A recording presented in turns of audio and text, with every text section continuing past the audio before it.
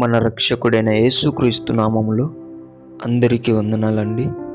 ఈరోజు దేవుని మాటలు 2వ దినవృత్తాంతముల గ్రంథము 30వ అధ్యాయము 9వ వచనము.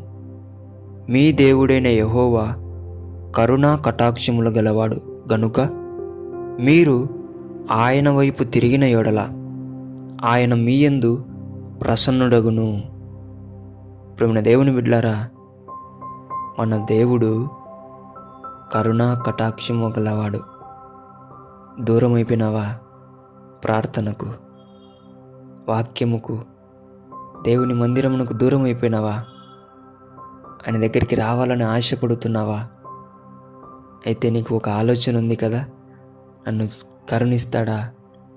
మళ్ళీ ఒకప్పుడు నా ప్రార్థన విని దేవుడు జవాబిచ్చినట్టు మళ్ళీ ఆ జవాబు ఇస్తాడా? దేవుడు ఒకప్పుడు నేను ప్రార్థించేటప్పుడు నాకు దగ్గరగా ఉన్న అనుభవాలు ఎన్నో నేను రుచి చూశాను, అటువంటిటి మళ్ళీ నేను అనుభవిస్తానా అని ఆలోచిస్తున్నావా? ప్రేమైన దేవుని బిడ్డ, నిన్ను ఆయన కొనింది ధనముతో కాదు, బంగారముతో కాదు, తన స్వరక్తం ఇచ్చి నిన్ను కొన్నాడు. కాబట్టి నీవు ఎప్పుడైతే దూరం అయిపోయినావో ఇంకా నీ మీద ప్రేమ పెరిగింది ఆయనకు. తిరిగి కనుగొని నా దగ్గరికి వస్తాడు అని చూపించడానికి. కాబట్టి ప్రేమైన దేవుని బిడ్డలారా, కోల్పోయిన నీవు వెళ్ళిపోయిన ఈ దూరంలో ఆ ప్రేమను మళ్ళీ తిరిగి సంపాదించుకోవాలని నీకు మనవి చేస్తున్నాను. తిరిగి ఆయన దగ్గరికి రా. దేవుడు నిన్ను కరుణించేవాడే అంటున్నాడు. నీ మీద మళ్ళీ కటాక్షం ఉంచేవాడే అంటున్నాడు. నీవు ఆయన యందు తిరిగి వస్తే ఆయన నీ యందు ప్రసన్నుడవుతాడు, ప్రత్యక్షమవుతాడు. నీకు మళ్ళీ నీ ప్రార్థనలకు జవాబిస్తాడు. నీవు ఆదరణ లేనప్పుడు ఆదరణ ఇస్తాడు. నీవు కష్టకాలం ముందు మొర్రపెట్టినప్పుడు నీకు ఉత్తరం ఇస్తాడు.